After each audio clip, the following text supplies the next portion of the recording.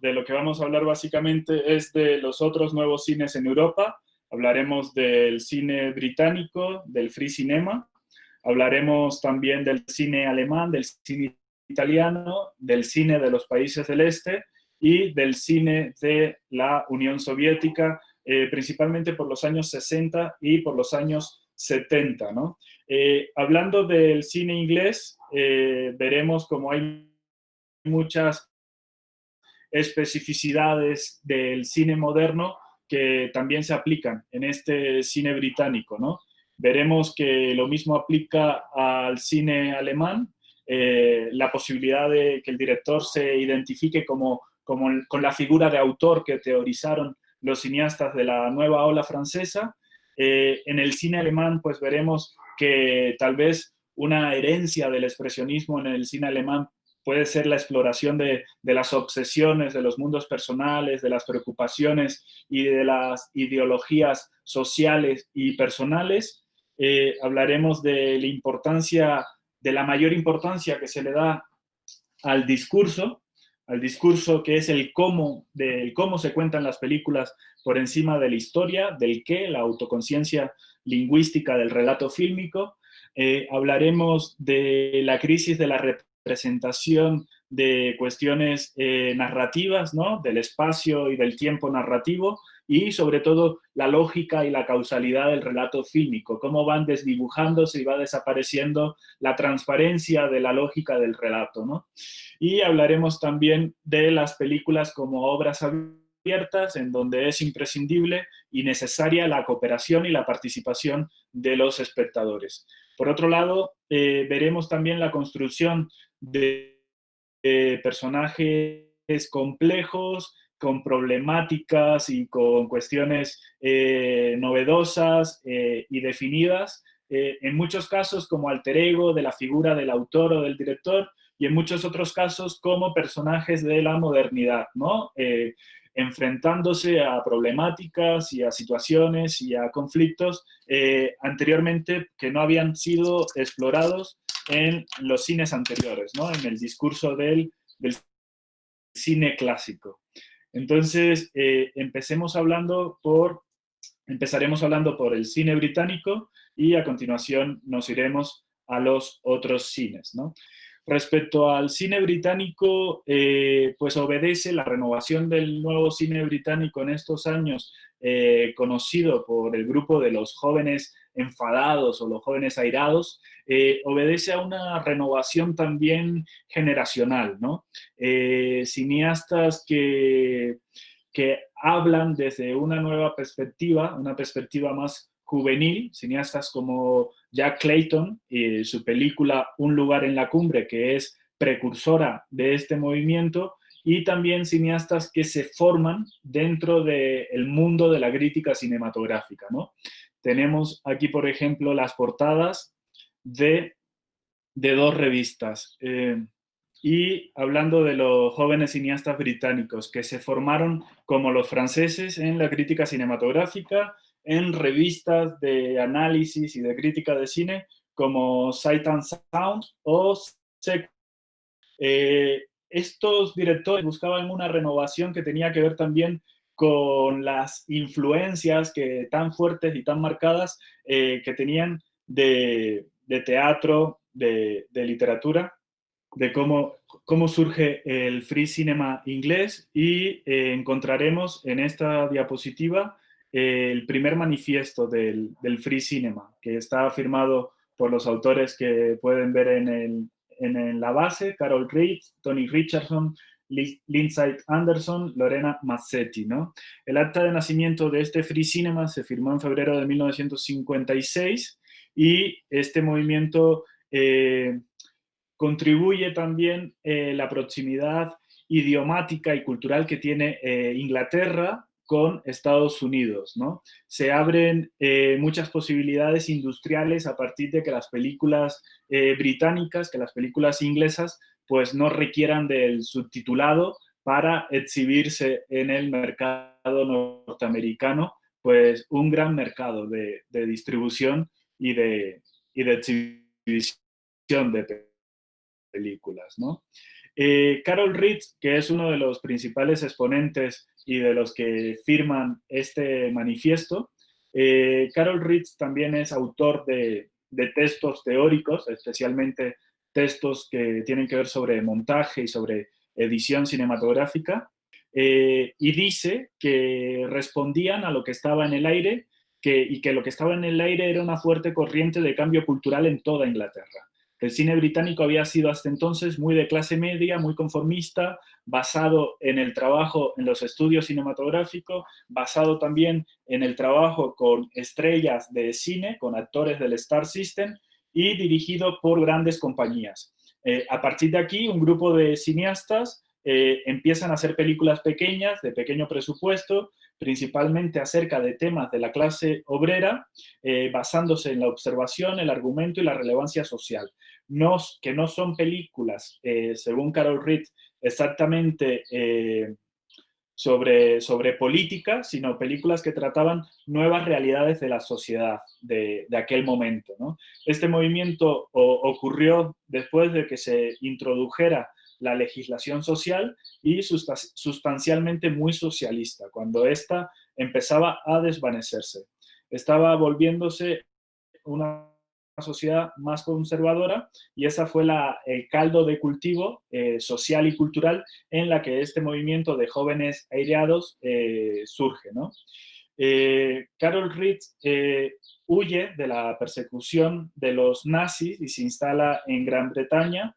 Fue crítico de cine también de la revista Sequence y fue director de la Filmoteca Británica. Además, es el autor de este libro que aparece en pantalla, Técnica del montaje. Además, el primer largometraje de Carol Reed, Sábado Noche, Domingo en la Mañana, del año 1960, es considerado como la obra fundacional de este movimiento de Free Cinema. A continuación hablaremos acerca de otra de las figuras importantes de este movimiento, que es el director Lindsay Anderson. Lindsay Anderson fue periodista y crítico. Defendió desde la revista Sequence, donde trabajaba como crítico, defendía el cine comprometido con la realidad social y a directores, igual que hicieron los críticos y de la revista Cahiers de Cinema, defendía a directores del cine clásico norteamericano, como el caso de John Ford. Y las obras de Lindsay Anderson, pues normalmente se caracterizan por ser sátiras acerca del conservadurismo de las instituciones de la sociedad británica, especialmente las escuelas, por ejemplo, el mundo de los negocios, los hospitales. Una de sus películas más conocidas es la del año 1968, If, que escandaliza por completo a la sociedad bien pensante de la época, haciendo una sátira y una crítica muy aguda a las escuelas, ¿no? Como instituciones represoras de la juventud. Y otra de las figuras destacadas del Free Cinema es Tony Richardson, que ven en pantalla. Tiene películas que se consideran muy emblemáticas de este movimiento de Free Cinema, como por ejemplo la de La soledad del corredor de fondo. Es una película muy, muy conocida y siempre referenciada a la hora de hablar de este nuevo cine británico, ¿no? Emigró a Estados Unidos y realiza películas de menor interés que las que realizó en esta etapa con el Free Cinema, con el nuevo cine inglés, ¿no? Otro director reconocido es John Schlesinger. Este señor se ubica un poco en los márgenes del Free Cinema. También emigró a Hollywood para intentar desarrollar allá una carrera importante con películas conocidas como Cowboy de Medianoche. Se especializó también en algunas intriga, como El juego de la mente, Un extraño. Y luego otro de los directores que hacen un cine a caballo entre Estados Unidos e Inglaterra es Richard Lester, que en realidad es un director estadounidense, pero que dirigió películas muy exitosas y muy conocidas en Inglaterra, especialmente dos películas con el grupo musical de los Beatles, ¿no? Una de las agrupaciones musicales más importantes de todos los tiempos. También hizo películas sobre Superman y películas sobre los Tres Mosqueteros. Su cine pues, se caracteriza por mezclar o por combinar el humor inglés con aspectos del humor disparatado norteamericano. Entre otras películas, pues destacar esta que hace con los Beatles. Y bueno, también en esta época de renovación del cine británico, pues un rasgo característico, como pudimos apreciar en otras cinematografías, es que coexisten simultáneamente estas corrientes y estos movimientos renovadores, estos nuevos cines y estas propuestas modernas con unas películas que son totalmente de carácter comercial y de carácter más tradicional o conservador incluso, ¿no? Están las típicas películas de acción, ¿no? Como las de James Bond que se ruedan durante estos años en el Reino Unido. También películas de estudio muy importantes como son las películas de David Lean, Lawrence de Arabia o El Doctor Zhivago, que se rueda en varios países de Europa, ¿no? David Lean como uno de los principales directores del cine británico de,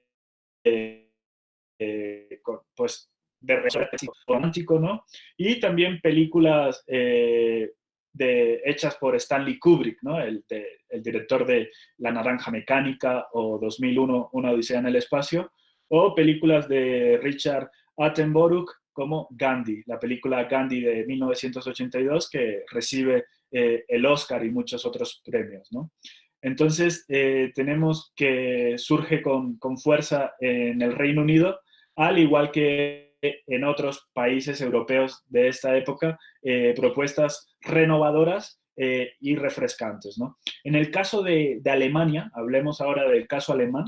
Alemania, después de la Segunda Guerra Mundial, en los años de la posguerra, lógicamente queda devastada, que país derrotado, país en la miseria, país cuya hegemonía se ve fuertemente perjudicada por la injerencia de los países aliados, ¿no? Francia, Estados Unidos, Inglaterra y la Unión Soviética, se reparten las áreas de Alemania, de tal manera que el país queda literalmente dividido, ¿no? De un lado la República Federal Alemana y del otro lado la República Democrática Alemana, ¿no? Y en el medio Berlín, cuya geografía queda literalmente dividida y separada por un muro, ¿no? Un muro que impedía el libre tránsito de los ciudadanos de la misma ciudad del lado democrático al lado occidental, ¿no?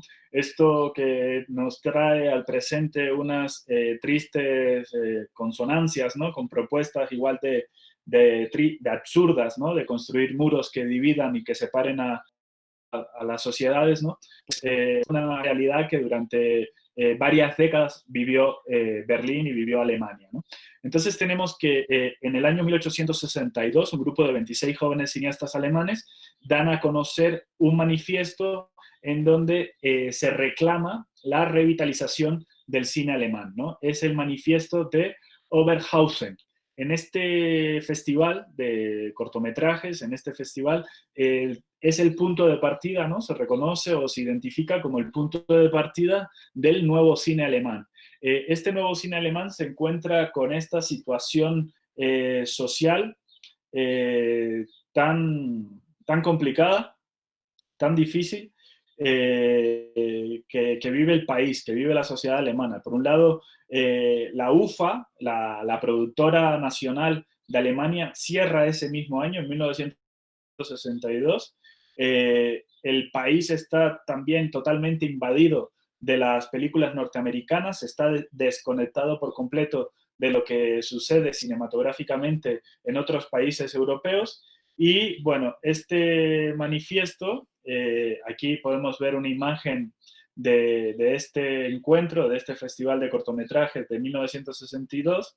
Este nuevo cine carece de algún modo de vínculos o de lazos con la generación anterior, ¿no? Eso es muy interesante, que a diferencia del cine británico o del cine francés, en donde sí hay una conexión, sí existe esa posibilidad de ligar lo nuevo con lo antiguo, aquí, debido a la fragilidad, debido a la escasez de una industria cinematográfica, ya que el país había quedado durante la Segunda Guerra Mundial totalmente devastado, pues no hay esa ligazón, ¿no?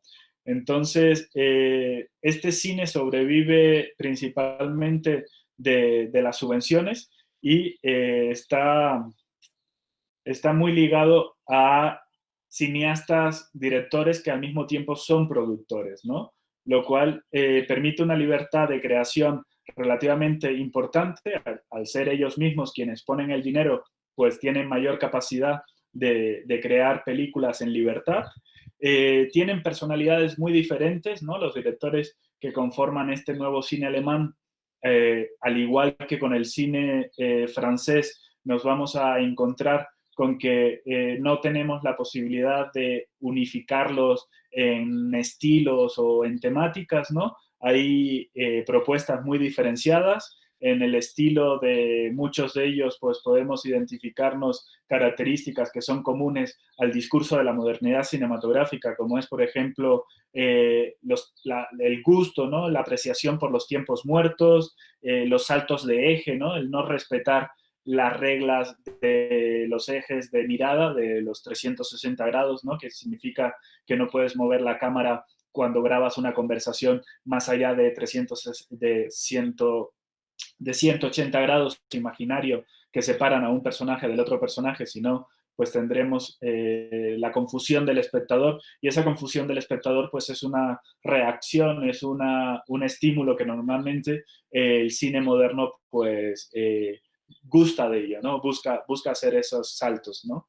Las interrupciones musicales súbitas, las entrevistas con personajes reales incluidos dentro de la diégesis, dentro del mundo de la ficción, que son rasgos que hemos identificado también en el cine de la Nouvelle Vague, incluso en algunas propuestas del nuevo cine latinoamericano. La película que estuvimos analizando hace un momentito, la de Memorias del Subdesarrollo, incluye esas escenas o imágenes de archivo, imágenes reales dentro del mundo de ficción, ¿no? Dentro de la diégesis. Entonces vamos a encontrarnos con algunos directores que son muy importantes. En primer lugar hablaremos de Alexander Kluge, ¿no? Que tiene una formación jurídica, realiza algunos cortometrajes, dirige el Instituto de Cine de la Universidad de Ulm y crea una productora. También es escritor, publica relatos, publica libros de teoría del cine. Sus propuestas cinematográficas se caracterizan, por un lado, en la reflexión política y, por otra parte, en cuestiones de reflexión históricas, ¿no? También incluye en sus cines propuestas de documentales, le da mucha importancia a la edición, le da mucha importancia al montaje, rechaza todo tipo de esteticismo en sus películas, ¿no? Y busca también conseguir ironías, ¿no? En la narración y también simbolismo en sus personajes, ¿no?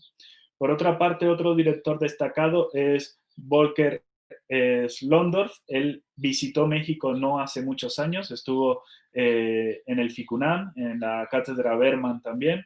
Él vivió su infancia en París, se juntó y se formó con directores de la nueva ola francesa, estuvo de ayudante de Louis Malle, de Alain Resnais y de Jean-Pierre Melville. Inicia trabajando como todos estos directores, se inicia en el cortometraje, aborda el tema de moda entre los cineastas de la modernidad en Francia, ¿no? En los años de la nueva ola, en los años 60, es principalmente el asunto de la guerra de Argelia, ¿no? También hace adaptaciones de clásicos de la literatura y también en su trabajo posterior en Alemania, pues las consecuencias del nazismo, ¿no? Sobre las reflexiones de las consecuencias y de la herencia del pasado del nazismo, ¿no? Esta pareja de directores, Jean-Marie Straub y Daniel Huliet, son franceses de nacimiento, pero se exiliaron en Alemania para evitar ser reclutados durante la guerra de Argelia. También han hecho trabajos en Italia y son súper admiradores del cine de Robert Bresson, ¿no? Y llevan al extremo las propuestas bressonianas de distanciamiento deliberado, de representación de los personajes, de algún modo, de alguna manera deliberada, casi teatralizante, ¿no? Rechazando por completo esta cuestión seductora de la imagen cinematográfica y abordando el estilo cinematográfico desde otros referentes completamente modernos, ¿no? Y muy, muy interesantes. Luego está la obra de este señor, Peter Fleischmann, que su película de escenas de caza en la Baja Baviera, que es el cartel que pueden ver en la diapositiva, es su primer largometraje, es su ópera prima, triunfó en el Festival de Cannes y es un alegato contra el racismo, contra la homofobia, y está tratado estilísticamente en un tono bastante de etnólogo, ¿no? Se convierte en una película muy, muy representativa del espíritu de este nuevo cine alemán, ¿no? El espíritu de Oberhausen, ¿no? Y luego uno de los directores sin duda más representativos, probablemente uno de los más conocidos, es Rainer Fassbinder, ¿no? Fassbinder es un creador poliédrico, polifacético, muy prolífico, ¿no? Trabajó compulsivamente a lo largo de toda su carrera.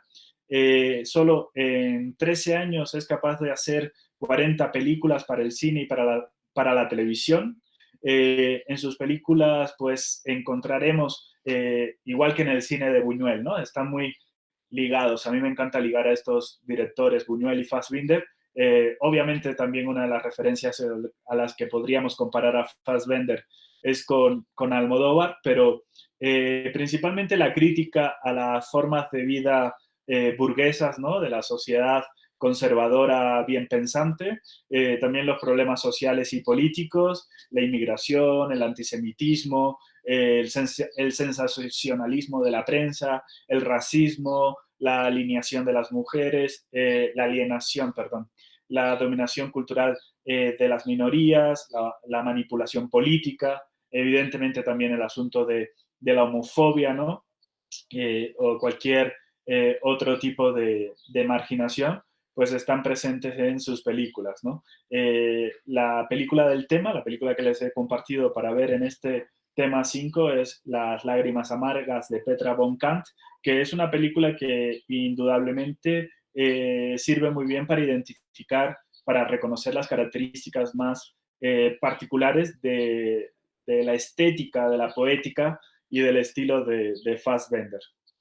Otros dos directores importantes del nuevo cine alemán son estos dos señores, Wim Wenders y Werner Herzog. Herzog es una personalidad muy, muy singular en la historia del nuevo cine alemán, en cuanto que se aparta por completo de esta voluntad, digamos, hiperrealista para interesarse más bien por cuestiones que tienen que ver con la locura, con los espacios exóticos, ¿no? Va buscando el exotismo en civilizaciones antiguas, en civilizaciones alejadas de la occidental o de la europea, se interesa por lo absurdo, por la utopía, por la imaginación visionante, a través de historias que son teñidas de cierto tipo de romanticismo y en algunos puntos hasta de surrealismo, ¿no? Muchos de los recursos que les he compartido en este tema precisamente son documentales acerca de esa poética tan particular de Herzog, que en Fitzcarraldo, por ejemplo, le llevó incluso a la proeza de hacer arrastrar toda una embarcación por unas cordilleras y unos territorios bien, bien montañosos, ¿no? Entonces, vamos a encontrar un cine verdaderamente particular, lleno de personajes inadaptados, lunáticos, discapacitados también. Y pues algunas películas que le han proporcionado mucha fama es esta la que hablé anteriormente, Fitzcarraldo, o Aguirre, La cólera de Dios. Y en el caso de Wim Wenders, Wim Wenders fue estudiante de filosofía y de medicina antes de matricularse en una escuela de cine en Múnich a finales de los años 60. Es un director también muy interesado, como Herzog, en otras culturas, pero se interesa no por las otras culturas desde un punto de vista, digamos, folclorizante o exotizante, sino que rueda en esos otros países por la fascinación cultural que le despiertan, ¿no? Especialmente está fascinado con Estados Unidos. Una de sus películas más conocidas y más interesantes que a mí me resulta espectacular es París, Texas, ¿no? Rodada en Estados Unidos, pero también trabaja en Japón, en España, en Portugal, y su cine, pues, encontraremos que transcurre sus historias en espacios muy diversos, ¿no? Especialmente espacios abiertos, espacios que permiten y que conllevan una reflexión prácticamente permanente, ¿no? Casi metafísica sobre la identidad, sobre la comunicación, sobre la percepción de la realidad y también sobre el propio cine. Bueno, pues tenemos que estas son los nombres propios más característicos e importantes del nuevo cine alemán. A continuación, intentemos ver qué pasa con el nuevo cine italiano.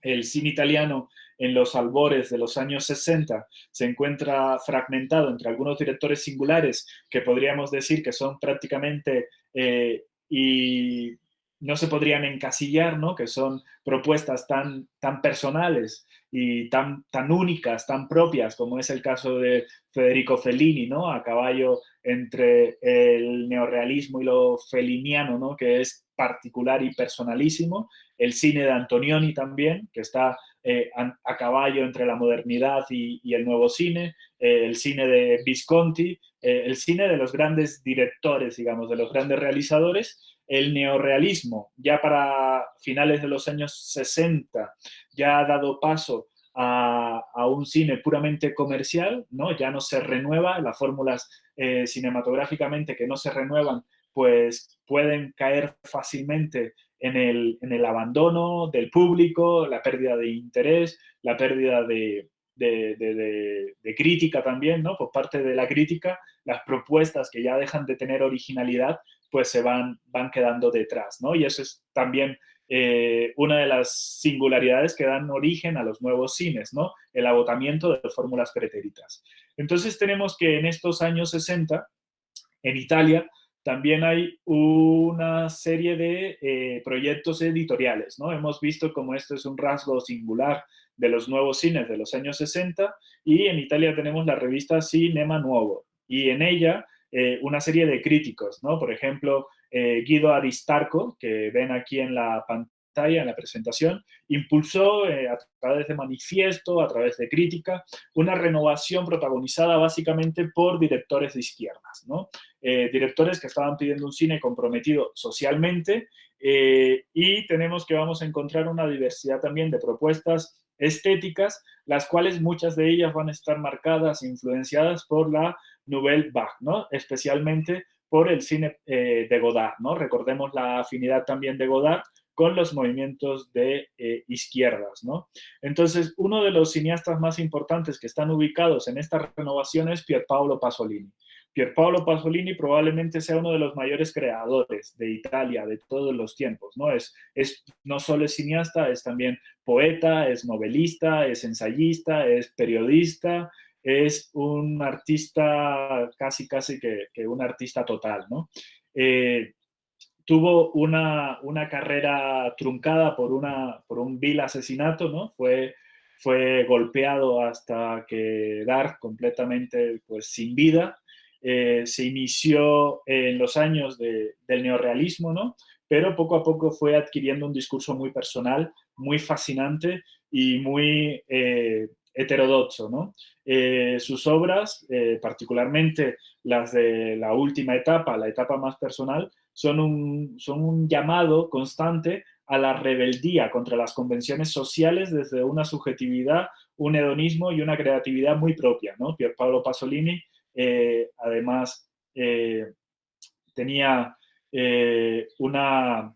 un conocimiento muy denso de la filosofía, de la historia, de la cultura. Entonces, él imprime a todo ese conocimiento pues su visión, ¿no?, de la vida, una visión comunista, una visión izquierdista, pero una visión también de, su, de su característica gay, ¿no? Él tiene películas donde los personajes homosexuales son representados de una manera nunca antes vista en el cine, con un mayor realismo, ¿no? Con una mayor aproximación y sin ser caricaturizado, como lamentablemente pues, sucede en muchas otras representaciones de personajes homosexuales, ¿no?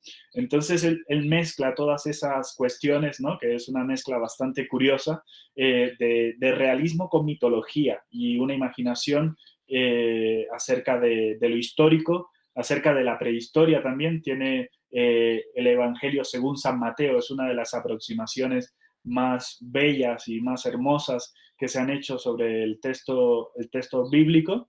Y bueno, tiene un estilo muy, muy exótico y muy, muy interesante también. Tenemos también en el nuevo cine italiano la aparición de la obra de Bernardo Bertolucci.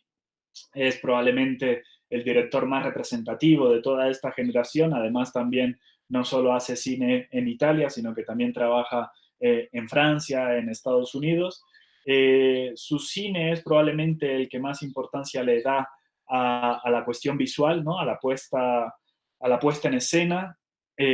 Tiene un tratamiento dramático de la dirección de fotografía y de la iluminación muy particular, muy original, y también es maestro de la coreografía de las masas, ¿no?, de los planos de larga duración, de los planos secuencias, complejos movimientos de cámara que a veces nos dejan con la boca abierta preguntándonos y fascinados cómo logró hacer esos movimientos de cámara, y un montaje muy, muy estilizado, ¿no? En definitiva, tiene una concepción un tanto operística del cine, ¿no? En el caso de Marco Bellocchio, es también un cineasta muy identificado con los movimientos de izquierda, ¿no?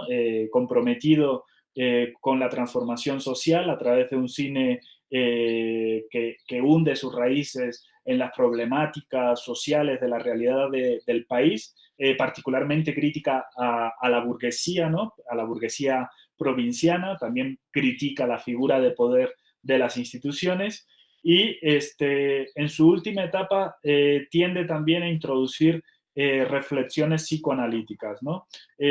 Su estilo es muy particular porque renuncia por completo a los planteamientos que puedan resultar melodramáticos, y más bien trabaja la sátira y la farsa, ¿no?, de manera distanciada y tratando de no caer nunca en la demagogia.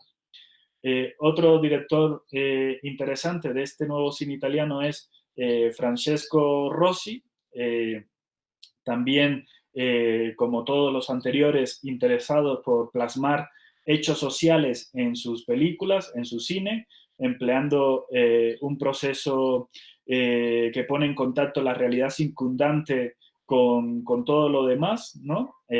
A partir de la reflexión y a partir de una discusión personal, ¿no?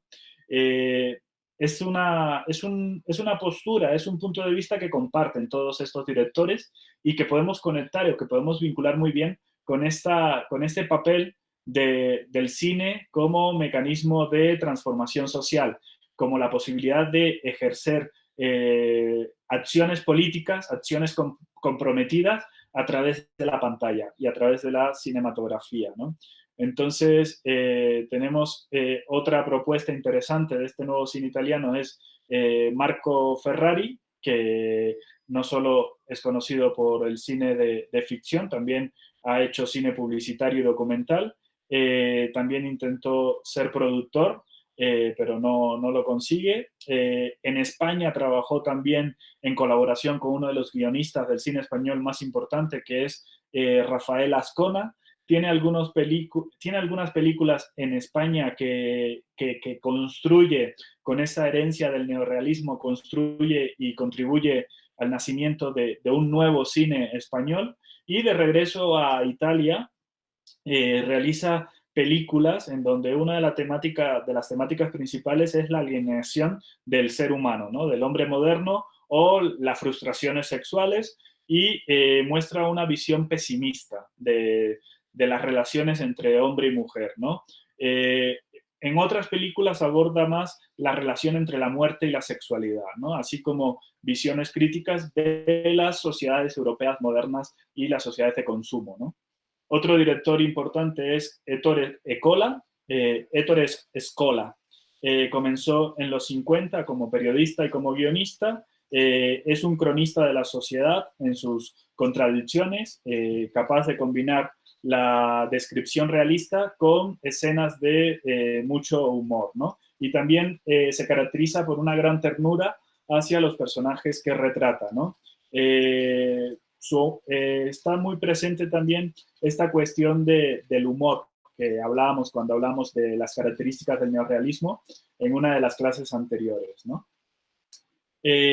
Otro de los directores del nuevo cine italiano es Emano Olmi, que se inicia en el mundo del cine de documental de encargo en una de las fábricas en donde él trabajaba, y luego desarrolla un cine personal que se caracteriza por una visión católica pero progresista, ¿no? Y también su apego a la región lombarda de donde trabajaba, el rodaje con actores no profesionales y la influencia de un neorrealismo social, pero con tonos poéticos. Y bueno, ya por último, Paolo y Vittorio Taviani. Estos directores son documentalistas adscritos al principio al neorrealismo, pero que trabajan una simbiosis entre distintas tareas, ¿no? Hace, por un lado, un cine de compromiso con los valores de la izquierda y las reflexiones históricas, ¿no? Como una referencia también para situaciones de utopía, ¿no?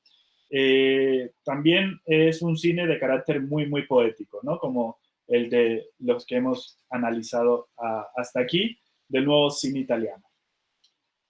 De Checoslovaquia, ¿no? Checoslovaquia vive en estos años 60 un proceso muy interesante de renovación, ¿no? De un contexto político que propicia la crisis económica de los años 50, propicia en los 60 una apertura hacia un socialismo de rostro amable, ¿no?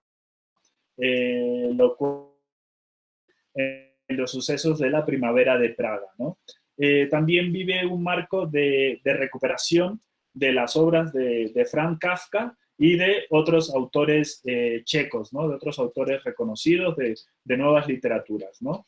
En la diapositiva pues tenemos a Dušek, ¿no? El líder de esta apertura, de este proceso de apertura, que finaliza, ¿no? Esta renovación se ve fuertemente truncada, pues cuando la Unión Soviética envía los tanques, ¿no? Y entran por Praga, ¿no? Estas imágenes tan fuertes que tenemos todos marcados en la retina de las imágenes iconográficas más importantes de la segunda mitad del siglo XX. Pero bueno, hay una renovación en ese contexto, ¿no? Previo a la invasión de los tanques soviéticos entre 1963 y 1969, ¿no? Junto a la renovación de este Estado comunista hasta la llegada de los tanques y de la censura soviética, que detiene el rodaje de una veintena de películas, ¿no? Pues bueno, este proceso de renovación se conoce como Nova Vidna, es la nueva ola checoslovaca, y agrupa una serie de directores también deseosos de hacer un cine más personal, al margen, ¿no? Independientemente de las estructuras burocráticas. Se caracteriza por la contestación al sistema establecido, la apología al individualismo, ¿no? Cierto escepticismo ideológico con la situación del país, ¿no? Y del socialismo y de la fuerte y la marcada influencia de la Unión Soviética y el tratamiento irónico de todas estas situaciones, ¿no? Entonces, bueno, al igual que en el resto de los otros nuevos cines, estas películas en muchos de los casos abordan elementos de la vida cotidiana, conflictos generacionales también. La temática juvenil, ¿no? Personajes jóvenes. También esto de introducir personajes jóvenes es una estrategia para poder insertar a las películas nuevos actores, ¿no? Nuevas generaciones de actores que se forman, ¿no? Gracias a la posibilidad de la representación de personajes jóvenes. Y también está patente la influencia de ciertos autores de la literatura, ¿no? Milán Kundera es uno de ellos, ¿no? Alejados de las narrativas de relatos clásicos, ¿no? Entonces, la nueva LNA, la nueva ola checoslovaca, agrupa a todos estos, a muchos de estos cineastas que ven en la pantalla, ¿no? Como Jiří Menzel, Milos Forman, Vera Chytilova, y hablaremos de algunos de ellos, ¿no? Por ejemplo, Jiří Menzel. Jiří Menzel también se formó como actor, ¿no? Tenía los conocimientos en su debut en la industria cinematográfica, viene del campo de la interpretación. Su primera película se llamó Trenes rigurosamente vigilados, es un gran éxito de taquilla, también un éxito internacional en el que queda plasmado el estilo de Jiří Menzel. Su estilo de historias combina elementos de tragicomedia, protagonizado por antihéroes, está preñado de muchas situaciones de humor, de ironía y de ternura, y está compuesto también de fragmentos de la vida cotidiana, ¿no? El trabajo de Milos Forman a continuación. Bueno, Milos Forman es hijo de profesor judío y de una protestante. Sus padres parecieron del nazismo, ¿no? Estuvieron en campos de concentración. Él comenzó como guionista para la televisión y ha hecho un cine en donde se plasman temas como los conflictos generacionales, los problemas de identidad, la rebeldía y también con ciertos toques de cinema verité, de cine documental y con cierta ironía, ¿no? Sus primeras películas también tratan el conflicto con el mundo de los adultos, la autoridad del poder, las cuestiones familiares o de trabajo. Y bueno, una de las películas más conocidas de Milos Forman es la que hace cuando se exilia, cuando se va a trabajar a los Estados Unidos y su carrera da un giro, se hace netamente comercial, ¿no? Y sus trabajos hollywoodienses, pues algunos son tan exitosos como Amadeus, ¿no? La película que le hace merecedor del Oscar. En el caso de mujeres cineastas checoslovaca, pues está Vera Chytilova. Ella trabajó como dibujante, después como guionista. En su primera etapa se destaca por un cinema verité, un cinema con historias muy apegadas al presente, protagonizada por gente corriente, y posteriormente realiza obras de mayor contenido metafórico, teñidas de un nihilismo alegre. Y en el caso de Jan Nemec, comienza también haciendo trabajos de cortometraje y de algunos de trabajos de documentales, ¿no? Por ejemplo, una película de 1968, digamos que puede ser el equivalente checo al Grito, ¿no? Oratorio por Praga, es donde está documentando la invasión de los tanques de la Unión Soviética a Checoslovaquia, ¿no? A Praga. Más tarde se exilió en París y dejó la dirección por tareas de actuación y de música. Pasemos a hablar ahora del cine húngaro. El cine húngaro es un cine también muy, muy interesante, ¿no? El cine húngaro, después de la Segunda Guerra Mundial, se nacionalizó la industria cinematográfica en Hungría.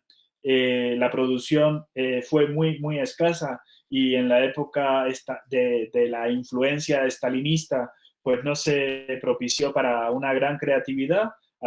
existía la censura, existían muchos mecanismos de censura previa a los guiones. Los proyectos se agrupaban por el Partido Comunista, ¿no? Se aprobaban por el partido, y un funcionario del partido también vigilaba los rodajes. A partir del año 1955 se da un renacer de la cinematografía húngara, con algunos directores que también van buscando la posibilidad de hacer películas que puedan ser populares, que puedan tener una influencia de cinematografías internacionales, como el caso de la influencia del neorrealismo, el caso de la influencia de la nueva ola francesa, más adelante, lógicamente, y es una generación muy de la posguerra, ¿no? Y también es una generación de resistencia a la presión soviética, ¿no? A la presión estalinista tan dura que se vivió en estos países del este durante estos años 50, ¿no? En donde está muy presente, como vimos en la explicación con el cine de Checoslovaquia, está muy presente el conflicto entre lo social y entre la cuestión política y la cuestión digamos, colectiva, y el individuo y lo personal, ¿no? La resistencia a caer en esa homogeneización socialista de las masas hacia la posibilidad de un cine y de unas representaciones de unos personajes con una marcada y con una fuerte presencia en lo individual y en lo particular, ¿no? Entonces, veremos cómo hay muchas historias que trabajan sobre esta cuestión, ¿no? Sobre los conflictos entre la política, la historia, sobre todo la cercanía con la posguerra, la pobreza también tan fuerte y tan marcada que se vive en este tiempo en estos países, ¿no? Entonces,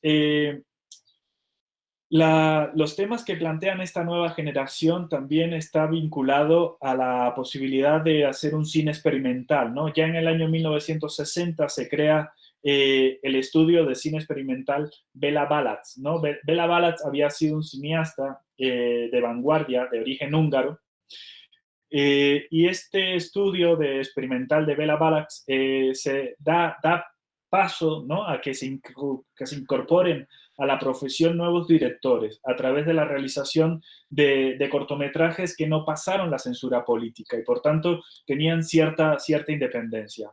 Esta nueva generación de cineastas desarrolló un trabajo desde la aceptación crítica del poder establecido y planteando conflictos sociales en clave de situaciones personales y no de situaciones históricas como podrían haberse hecho en años anteriores a estos años 60, ¿no?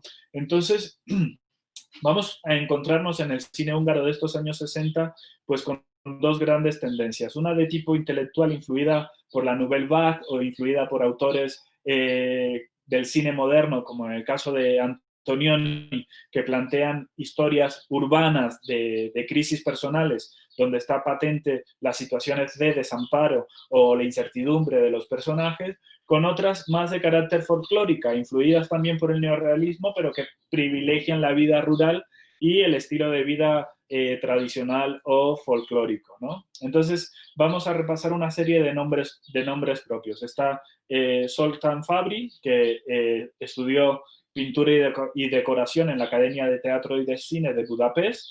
Es una figura de las más representativas de la renovación del cine húngaro de mediados de los 50 y él sí aborda la reflexión de tipo más histórico.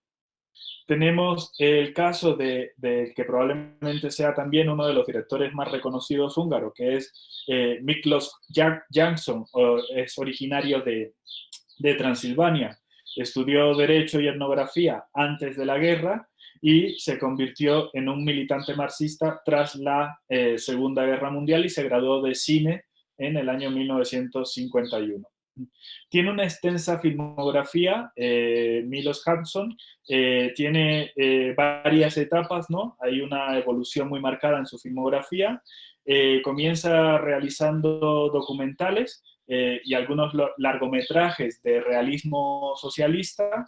En el 56 se decanta por un estilo muy marcado por la influencia de Antonioni, sobre todo a partir de 1965 con Desatar y Atar, y es probablemente este su periodo más creativo, ¿no? Realizó obras muy innovadoras que suponen una visión épica y fantástica de la historia de Hungría, dentro del realismo y rechazando la vertebración dramática y psicológica a favor de un espectador activo, ¿no?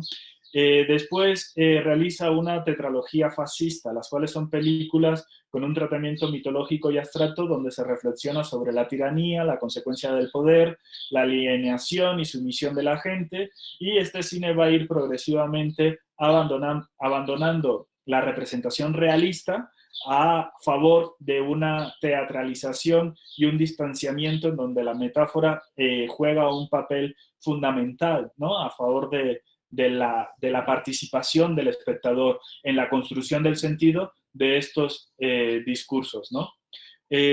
También juega con los géneros cinematográficos, incorpora códigos del cine de musical y también del cine erótico dentro de sus películas, ¿no? Tenemos a continuación el caso de István Szabó, que también estudió en la Escuela de Teatro y Cine de Budapest, se incorporó a este estudio de cine experimental Béla Balacs. Su cine es una constante reflexión sobre la experiencia histórica de Centroeuropa, ¿no? La crisis del Imperio Austrohúngaro y también abordando cuestiones que van hasta la Segunda Guerra Mundial, ¿no? A partir de los años 80 tiene una carrera más internacional con por ejemplo, una película que se titula Mephisto del año 1981. Tenemos en pantalla el caso de Karoli Mak, que también se formó en la Escuela de Teatro y Cine de Budapest. Sus primeras películas sufrieron de la censura y la prohibición por parte del gobierno. Es el autor de probablemente una de las películas más significativas del nuevo cine húngaro, que es Las Obsesiones, de 1961, ya que con esta película introduce o es precursor de algunas de las temáticas y las claves estilísticas del cine posterior. Tenemos el caso de András Kovács, que también comenzó su carrera en la década de los 60, tiene una película del 64 que se titula Los Intratables, aunque pertenece a una generación tal vez anterior de esta ola de nuevos cineastas, se sitúa entre uno de los autores, se puede situar también entre uno de los autores de este nuevo cine húngaro, ¿no? Y ya por último mencionar como el que probablemente sea reconocido internacionalmente como uno de los directores húngaros más importantes o más famosos, que es Béla Tar, ¿no? Béla Tar, además de cineasta, de director, pues también ha trabajado de guionista y de actor y ha realizado una obra maravillosa, muy, muy, muy selecta, ¿no? En el Festival de Cannes del 2005 le dieron el premio a Mejor Director y en el 2011 con la película El caballo de Turín, pues se dice que ya se retira, ¿no? Que ese es su testamento fílmico y a partir de entonces pues ya no ha vuelto a sacar ninguna otra película, ¿no? Pero es imprescindible el estudio, el conocimiento del cine de Béla Tar a la hora de abordar y de hablar de los nuevos cines europeos y en particular del nuevo cine húngaro. En el caso del cine soviético, hablar del cine soviético en los años 60, en los años 70, pues inevitablemente también supone hablar del contexto político de la época, ¿no? La Unión Soviética, tras la muerte de Stalin, pues poco a poco va hacia un proceso de deshielo político, ¿no? Se da cierto clima de renovación en el cine soviético a partir de también, lógicamente, las consecuencias de una renovación en el contexto político de la época. Eso significa que aumenta la producción y también se incorpora una nueva generación, ¿no? Pero bueno, esta liberación en el caso de los países de la Unión Soviética, de los países comunistas, pues siempre están en dependencia de la mayor o menor libertad de censura que ejerce el Estado y que ejerce el gobierno, siendo que la mayoría de producciones de estos países dependen directamente del Estado, dependen directamente del gobierno. Pues en una economía socialista donde todas las empresas están nacionalizadas, pues también la producción de cine es una cuestión de Estado, ¿no? Entonces, el control que tiene el Estado de la libertad, de la creatividad de los nuevos cineastas de los 70, de los 60 y de los 70 es decisiva, ¿no? Entonces, bueno, hay personalidades singulares que vale la pena destacar y también el desarrollo de los cines en las películas federadas, ¿no? En las películas que están bajo la órbita soviética y que poco a poco irán adquiriendo la independencia de la URSS a partir de la caída del telón de acero, ¿no? En los años, a principios de la década del 90, ¿no? 1990, 1991. Y bueno, este cine se caracteriza por nombres propios, ¿no? Hablemos de algunos nombres propios. El nombre propio quizás más importante es el de Andrei Tarkovsky, ¿no? Es otro de los artistas más importantes o reconocidos dentro de la historia del cine universal, no solo de los nuevos cines, conocedor de la música, de la pintura, de la geología, de muchas cuestiones. Es también todo un intelectual. Se gradúa en el año 1960, es decir, a partir de esta década del 60 empieza a hacer un cine decisivamente personal, muy, muy poético, incluso con momentos o con escenas que yo diría que podría estar rayando casi lo místico, ¿no? Está dirigido, sus películas, sus escenas, está dirigido a tocarnos las emociones, están concebidos a veces desde una poética muy, muy individual, muy, muy filosófica y muy moral, y está muy próximo al cine de otro de los grandes nombres propios del cine moderno, que es el cine de Ingmar Bergman, ¿no? El sueco Ingmar Bergman. Las películas de Tarkovsky, pues vamos a identificar cómo se va apartando de una narrativa tradicional a favor de capítulos muy, digamos, insertos dentro de una cuestión casi que de epopeya, ¿no? Entonces, a veces encontraremos en contraposición al realismo socialista que se intentaba imponer desde el Estado de la Unión Soviética, encontraremos en él algunas características de surrealismo, ¿no? De escenas oníricas, de escenas maravillosas, como las escenas finales de una de las películas que tiene que hacer en el exilio, la película de Nostalgia. Konchalovsky, el director Andrei Konchalovsky también es otro de los directores importantes de la Unión Soviética. Es hijo de padres de una familia de escritores, artistas, estudió música, estudió cine, se inició profesionalmente con Tarkovsky. Su primera película es de 1965 y se titula El primer maestro, y es una obra netamente realista, considerada uno de los títulos más significativos de la renovación del cine soviético de los años 60, y probablemente sea por el carácter de antihéroe del protagonista, ¿no? Y a partir del 84 se exilió en Estados Unidos y empezó a hacer un cine mucho más comercial, a pesar de sus intentos de hacer un cine diferente. Otro de los directores que a mí me resultan más interesantes de esta oleada de nuevos directores rusos o directores soviéticos es Nikita Mikhalkov. Nikita Mikhalkov, que tienen ustedes en la pantalla, además de ser director, es actor, estudió, es además es hermano menor de Konchalovsky, ¿no? Estudió arte dramático, también viene de esta familia de intelectuales, artistas y escritores y poetas. Ha trabajado mucho de intérprete, de actor, digamos. En su carrera ha sabido compatibilizar las dos cosas, ¿no? La dirección cinematográfica y la actuación, ¿no? Sus primeras películas están ambientadas en la época de la Revolución Soviética.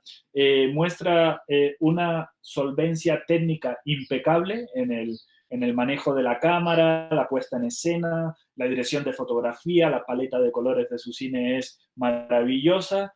Y otras películas de otras etapas de la carrera de Mikhalkov son adaptaciones de textos literarios, ¿no? Por ejemplo, destacaría muchas adaptaciones de obras de Chekhov. Resultan películas tal vez un poquito más sólidas y que logran afianzar la carrera internacional de este director, ¿no? Películas muy, muy emotivas, ¿no? Yo recomiendo sin duda Ojos Negros o Quemados por el Sol, ¿no? La imagen que están viendo en pantalla corresponde a esta de Quemado por el Sol. Bueno, otros nombres importantes de este cine de la Unión Soviética, el de Elem Klimov y su película Come and See. Es una película muy, muy interesante donde denuncia las atrocidades y las consecuencias de la guerra, ¿no? Y otro director importante ya de origen georgiano, de Georgia, es este señor cuyo nombre estoy seguro que no seré capaz de decirlo bien, Tengiz Abulsadze, algo así. Bueno, es una película muy, muy recomendable, esta de Resistencia. Bueno, ya para ir finalizando, creo que nos correspondería hablar del nuevo cine polaco, de la obra de Andrzej Wajda, que fue militante desde joven en la resistencia contra el nazismo, estudió pintura y teatro y cine en la escuela de Łódź. A lo largo de 4 décadas desarrolló un trabajo, una carrera muy amplia en el que constantemente su preocupación principal es la construcción de una identidad nacional a través del cine y de la representación de la historia de su país, tanto en la época de la reconstrucción tras la guerra como en la época del comunismo, ¿no? En los años 70 dirigió una unidad de producción que también sirvió como plataforma de transformación del nuevo cine polaco y dio entrada a nuevos realizadores. Su cine es indisociable de la situación política de Polonia y de la preocupación por la supervivencia de este país como nación, ¿no? Un país que históricamente ha estado muy, muy castigado, ¿no? Y la incomodidad que presenta, como muchos otros intelectuales de su época, con la situación del comunismo. Entonces, sus películas y su cine inevitablemente son de un carácter muy, muy, muy político, ¿no? Y muy, muy, muy ligado, muy aferrado a sus raíces polacas, ¿no? Otro cineasta polaco importantísimo es Jerzy Kolomiłowski, que estudió historia, fue escritor de poemas y de relatos cortos, también practicó boxeo, practicó música, ingresó también en la Escuela de Cine de Łódź por consejo de Andrzej Wajda, y en su carrera, además de director, también ha trabajado como actor. Se caracteriza por un cine de la soledad, de la desorientación del ser humano en un mundo hostil y un tratamiento entre trágico y cómico que tiene una visión fatalista de la sociedad contemporánea que intenta representar. Probablemente un director polaco del que todos ustedes hayan oído hablar es Roman Polanski.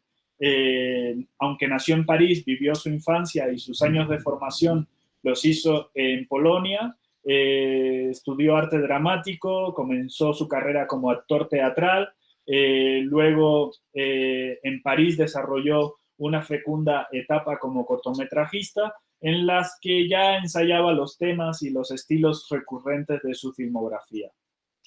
El inconformismo, el voyerismo, los mecanismos de poder y de sumisión, los personajes débiles o impotentes ante la fatalidad y ese tipo de elementos que lo han hecho internacionalmente famoso hasta nuestros días, con películas que tienen lugar tanto allá en Europa en la época de los nuevos cines como posteriormente en su etapa en los Estados Unidos, ¿no? Y luego otro importante director polaco, es Krzysztof Zanussi. También proviene de estudios de la filosofía, de la física también, antes de incorporarse al mundo del cine.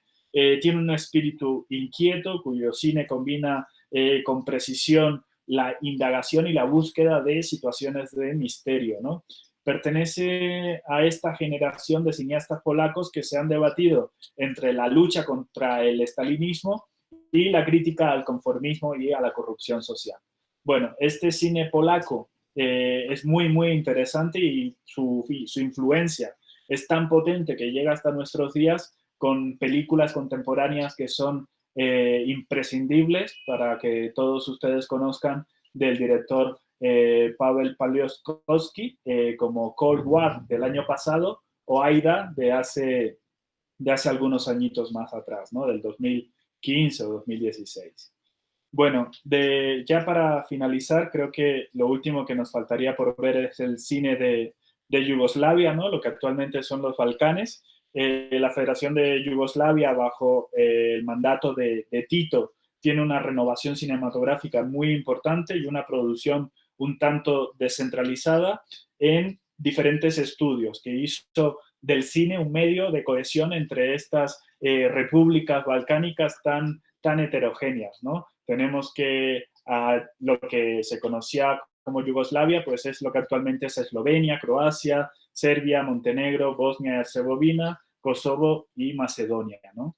Entonces, a finales de los años 50 existe esta notable renovación con películas que tratan acerca de la modernidad, de la vida contemporánea, hay un gran naturalismo, hay una impecable perfección técnica y es evidente una gran influencia de los cineastas de la Nouvelle Vague, ¿no? Ya a partir de los 60, de los 70 y de los 80, pues vamos a encontrar que una temática recurrente en el cine de esta Yugoslavia, pues es la Segunda Guerra Mundial y las situaciones de resistencia a la Segunda Guerra Mundial y la solvencia técnica de estas películas, ¿no? Unas películas de bajo presupuesto, pero que se ruedan con impecable factura técnica, ¿no? Entonces tenemos unos cuantos nombres propios, como el caso de Dusan Makayev, ¿no? Estudió psicología, teatro, cine, publicó varios libros de teoría y de ensayo, y sus primeros documentales muestran un estilo que, aunque se ha comparado mucho con el cine de la Nouvelle Vague de Godard, debe también muchísimo a la influencia de cineastas soviéticos y lo que ya les he mencionado anteriormente, una cuestión de distanciamiento brechtiano en sus películas. También hace un uso muy moderno del collage en sus películas. Muchas de ellas son obras de gran experimentación. Hay una transgresión de los tabúes y de las cuestiones de represión política o de represión sexual. El estilo de humor que utiliza es muy, muy cínico. Hay un espíritu también muy anarquista en sus primeros trabajos, ¿no? Y bueno, plantea unas reflexiones muy interesantes que pueden poner en crisis también los valores morales y las cuestiones conservadoras y tradicionales de las sociedades y de las relaciones. Y bueno, les comparto esta liga por si tienen ustedes interés de conocer más propuestas y más directores de la antigua República de Yugoslavia, actualmente los países balcánicos, ¿no? Uno de los directores más reconocidos, pero de los que no hablaré ahora, porque seguramente cuando veamos el cine contemporáneo la próxima semana, pues hablaré de él, es el cine de Mir Kusturica, ¿no? Yo lo estoy reservando para una siguiente sesión. Y bueno, pues hasta aquí la presentación de estos nuevos cines. Espero no haberme extendido demasiado como es costumbre. Eh, lamento mucho, son temas muy extensos, es imposible verlos con menos tiempo. Voy a dejar de compartir la presentación ahorita y como, bueno, ya tienen alguna duda o alguna pregunta. Adelante, Humberto, haz tu pregunta cuando quieras. La duda que me surgió es, ahorita estamos acostumbrados, digamos, a esta globalización en donde todo el mundo conoce el trabajo de los demás, pero viendo tantas regiones, tantos autores, las coincidencias, evidentemente sociales, bueno, tienen que ver con la historia y con todo lo que hemos hablado, pero digamos, ¿la mayor parte de estos cineastas conocían el trabajo de otros o es una cosa que ahorita se puede ver en su conjunto al hacer esta revisión? ¿Había Pues una mira, influencia entre ellos o no? ¿O estaban, digamos, aislados y después se descubre esta maravilla de conexiones? Mira, Humberto, para contestar esa pregunta, yo creo que es muy importante primero situarnos en dónde estudiaron cada uno de ellos, ¿vale? Hay algunos que no estudiaron, que fueron autodidactas. Por ejemplo, Herzog Herzog no fue a ninguna escuela de cine. De hecho, Herzog conoció el cine ya con 15 años, muy, muy mayor. Él proviene de un pueblo, de una situación, de una realidad muy rural. Entonces, hay quienes no tienen ninguna influencia de nadie, que hacen su carrera de un modo, digamos, más personal, intuitivo, y otros que sí, que son sumamente esponjas de absorber influencias o de absorber corrientes que estaban simultáneamente existiendo o que existieron en el pasado, ¿no? Para ello, pues un papel importante son las revistas de cine, ¿no? Nos hemos dedicado a ver cómo la influencia de algunos proyectos editoriales de revistas de análisis y crítica cinematográfica formaron cineastas, como en el caso de los Cahiers de Cinema, o como Sight and Sound en Inglaterra, Sequence, el nuevo cine italiano, el nuevo cine mexicano. En esas revistas de cine, ¿qué pasaba? Pues se hacía la presentación de las obras analizadas, de las obras completas de grandes autores, del análisis de esas obras, aunque tú no hubieras visto las películas, quizás de leer cómo eran esas películas, pues ya tenías referencias para verte influenciado por algún director que no conocieras, ¿no? De otra región o de otro país. Y otra cuestión importante es la proliferación de festivales de cine a partir de los años 50. Cada vez se hace más común la existencia de estos espacios en donde no solo se pasan películas, sino también conviven durante una semana en una ciudad, en un momento determinado, un grupo de directores que ahí se conocen personalmente y pueden llevar a cabo proyectos en colaboración, proyectos planteados conjuntamente. Y por otro lado está la importancia de los cineclubes. Acuérdate que otro rasgo de aparición importante de los nuevos cines es que en esta época tiene más fuerza en el circuito alternativo de cineclubes la programación de películas alejadas del canon occidental o de la invasión del cine hollywoodiense de las grandes salas de cine, ¿no? Entonces, de la suma de todos esos elementos, yo considero que sí se podría dar el conocimiento mutuo, ¿no? Escuelas de cine, festivales de cine, revistas de cine y cineclubes. Todas estas cuatro realidades son propias de los años 50 o de los años 60, ¿no? Tenemos que las primeras escuelas de cine son de esta época, los primeros festivales, las primeras revistas. Entonces, ¿qué tanto? Pues eso habría que estudiarlo quizás uno por uno, ¿no? Analizando la obra de un cineasta en particular, ver cuál es su formación, cuáles eran sus lecturas, si acudía o no acudía a festivales de cine. Ya a partir de ahí podrías sacar tus inferencias de si estaban o no influenciados de otras corrientes o de otros autores. ¿Me explico? Listo. ¿Alguna otra pregunta? ¿Alguien más que tenga alguna duda? Bueno, pues si no hay más preguntas, me despido por el día de hoy. Disculpen las demoras y disculpen los inconvenientes. Hasta luego y nos vemos próximamente.